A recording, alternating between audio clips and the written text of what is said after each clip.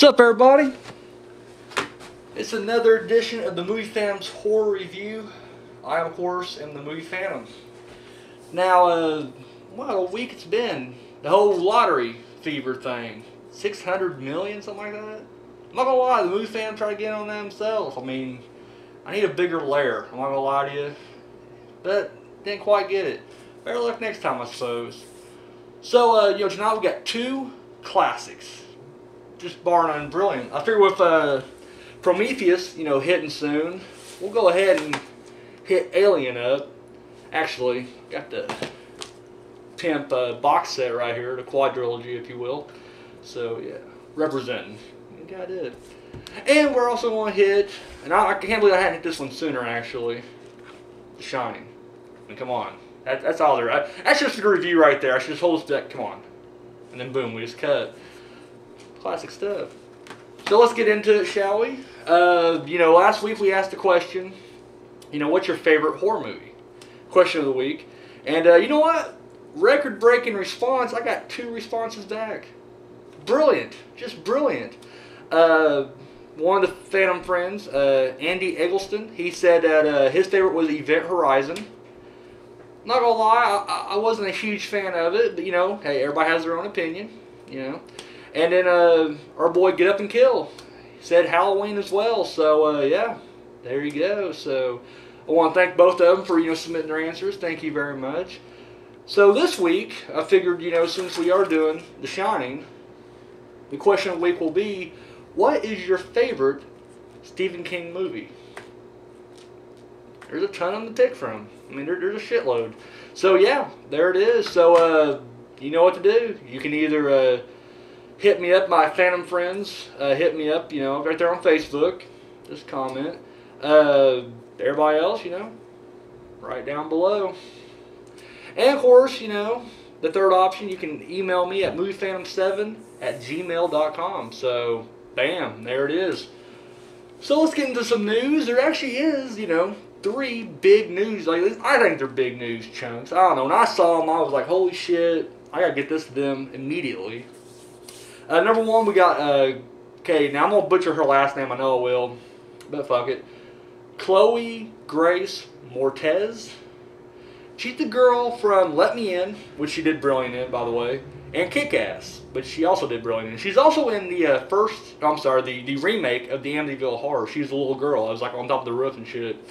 Anyways, a damn good actress. I mean, once again, Let Me In, when I saw that just blew me away. And then Kick-Ass was just brilliant also. So I mean, anyways, the point I'm trying to make here is she's actually been cast to play Carrie in the remake Carrie, speaking of Stephen King. Now normally I'm the guy who just bitches when remakes come out, like I just fucking however, hearing that she's gonna portray Carrie, I'm down. Hopefully they don't fuck it up in the writing room, or they don't get a shitty director. That's really the only 2 things. And I'm not gonna lie, if I find out like Michael Bay's directing, then yeah, I'm just gonna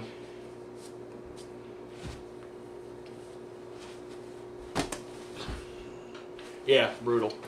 So yes, but I'm really glad to hear that Chloe's gonna be playing it, and I'm looking forward to it. Hope it'll shape up pretty good. Speaking of remakes, you guys should have known about this for a while now. They've been talking about it. There's going to be a Child's Play remake. Apparently, though, Brad Dourif, I think I'm saying his last name right, the dude who does the voice of Chucky, like in every Chucky movie, he's doing it. So I'm like, why the fuck have a remake?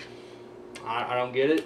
But anyways, yeah, he's down. In fact, they even said that not only will there be a remake, there's going to be a spinoff as well called Revenge of Chucky.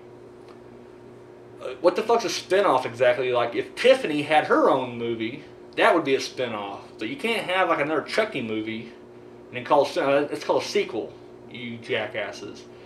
One thing I can think of is like maybe the Revenge of Chucky will continue the old storyline, like it will be like the sequel to Seed, and then Child's Play remake. But anyway, Brad Dourif, apparently he signed on to do both of them. So hey, I'll check them out. And speaking of the little serial killers, there's going to be a Leprechaun reboot. Now here's the thing about this one. Alright? Whatever, Leprechaun is one of those series that yes, you can probably reboot it and I won't get too shitty about. because let's face it, I mean, after you go to space and the hood, well, what can you really do with the story? Although, for the record, I would love to see Jason in the hood. And not like just Manhattan. I'm talking like I want to see him literally in the ghetto. This all the wackiness that, you know, can ensue from that. But the reason I'm bringing this up with the reboot is that they casted the Leprechaun. No, it will not be Warwick Davis. Am I saying the name right? Warwick? Fuck it. It won't be the regular Leprechaun guy. The movie is from Lionsgate Films, but it's in association with WWE Films. Now, for all you wrestling fans out there, now I've been out of the wrestling game for a while. Like I used to be a huge wrestling fan, but I've got out in a long time. But as soon as I read that, I knew right off the fucking bat who they're going to cast. Like, who else would you cast as Leprechaun in that situation? Yes, fucking Hornswoggle. Are you kidding me? Hornswoggle's going to be the fucking Leprechaun? He's like got blonde hair and he's goofy. I mean, come on, really? I know you can dye the hair, but he's not that good of an actor. I'm willing to stay right now that it's just going to be shitty. And the fact that, like, I feel like the WWE just jumped in because they're like, hey, we got a midget. And they're not really known for pushing, like, the midget storylines in wrestling. So they're like, what can we do with him because he's still under contract? I know, let's talk to Lionsgate and see if we can do a Leprechaun reboot. Are you kidding me? That's ridiculous. It's astounding, really. But, hey, what can you do? All right, well, opening this week, we'll get to the movies in theaters now. We got a movie coming out this week. I mentioned it last week on the April movies that are being released. This was one of them. And it's getting a limited release. So that means you people in small towns, you probably won't be able to see it until it comes out on DVD. Not going to lie. Not looking that good. ATM. Yes. The storyline is basically 3 people go to an ATM. And it's not like what you're thinking, like it's in the wall. I mean, it's like a little building that has like 3 or 4 ATMs already in there, I guess. It's a little glass hut kind of thing. But it's in the middle of fucking nowhere. That's what I love about it. Like, they literally like made this giant fucking parking lot. And then through the ATM building right there. They go there, and then there's a killer outside. Who's just sitting there. And won't let him leave because he will hack you up. This list looks fucking awful. I'm not going to lie. Like, I saw the trailer, I'm like, this just looks ridiculous. I don't know. It's limited release, so it won't be that painful. We want to hear about it. It'll probably just fade away into nothingness. So, there it is. I could be wrong. I mean, I don't know. Ever since I started this show, I decided like, I will try to watch all the new ones when they come out on DVD or whatever. So, you know, I'll be sitting here bitching about it later on down the road, I guess. I'm sure I will. I mean, I highly doubt that I'll be like, guys, I just watched a new movie, ATM. Fucking brilliant. No, it's crazy because the killer and they're trapped, you know, they got her trapped in the ATM and he fucking slashed it. Oh, it blew my mind. It was just, no, it's a joke. So, yeah, moving right along. Now, I got a little comment from our friend, Get Up and Kill. He was correcting me, and I appreciate it. Thank you, buddy. Right there. Last week I was blanking on the girl's name from the Texas Chainsaw Massacre.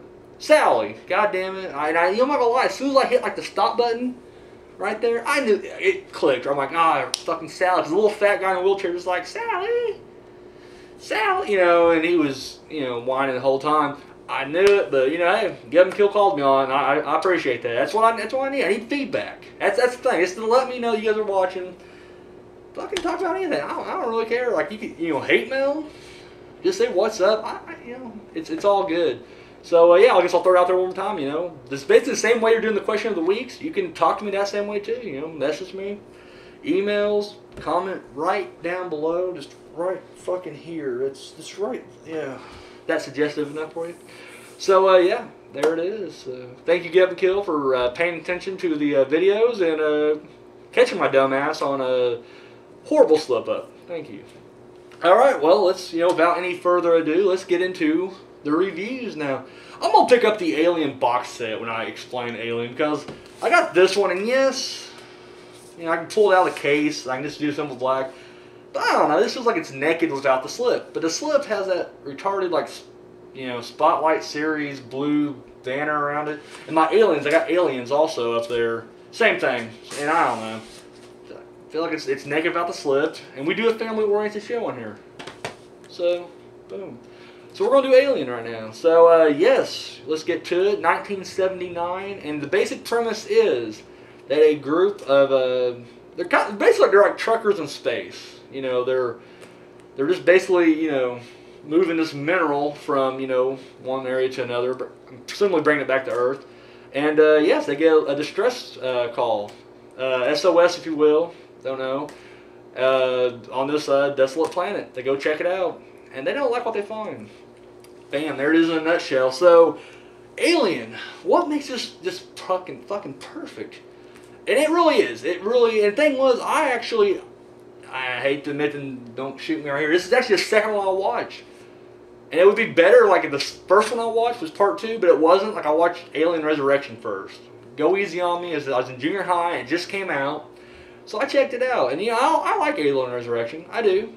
But then you go back and like watch the whole trilogy. Oh, dude, I mean, and to me now they kind of fall in order. Like before, I was like, I would throw Resurrection above 3, but nah, 3 it got better after a few viewings. So now I kind of put them in order 1 through 4. But Alien is definitely the best one. And kind of going back to Halloween in a sense is the reason it's so brilliant is the fact that it is just simplicity. I mean, they're on a spaceship. And this alien just goes around and kills them. And I know that sounds pretty lame, but when you put it underneath the direction of Ridley Scott, it's beautiful. It really is. I mean, it's a masterpiece of film.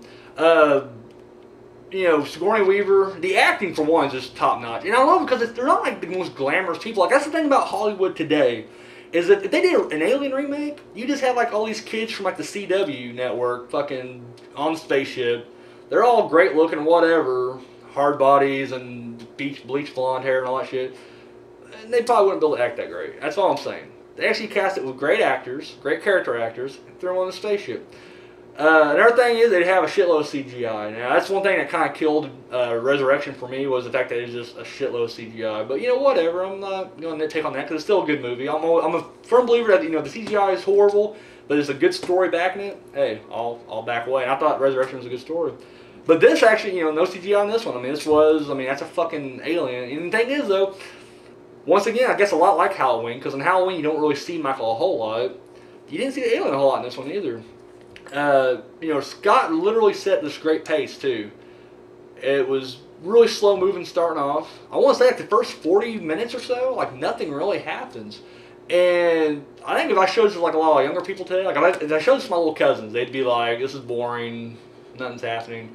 But that's what's brilliant about it, is because it builds it up. And it's not just like your typical slasher where it's like, here's the kids, look at them, and now we're going to kill them all. No, I mean, it kind of, it has character development. Now, it ain't a lot, but it gives you a sense of who each character is. And it also has like this sense of almost, because I believe there was a lot of ad-libbing on the set, a lot of improv. And you can just tell because, a lot of the scenes, like, a lot of people talking over each other. I love that. When they're around the table and they're eating or whatever, and they're first waking up and they're talking, they're having coffee, whatever, and they're just kind of, bullshitting and, chit-chatting. It was just great. I mean, it literally felt real. Almost like you're just on this ship with these, 7 space truckers. I won't use the word space truckers. I like the name space truckers. But it's like you're just there with them. It's so mundane. It's just so typical. Like, nothing's going on, and I love that because it's real. There's nothing, going. They're just like, fuck, we're going home. We just woke up. We got, a little bit go. Boom. However, they find out that, they are, in fact, off course because Mother, the computer system on the spaceship, has got this beacon, the signal, and it's going to track it down. Well, the thing's going off. We're going to take a quick break. We'll be right back. So, all right, let's do this.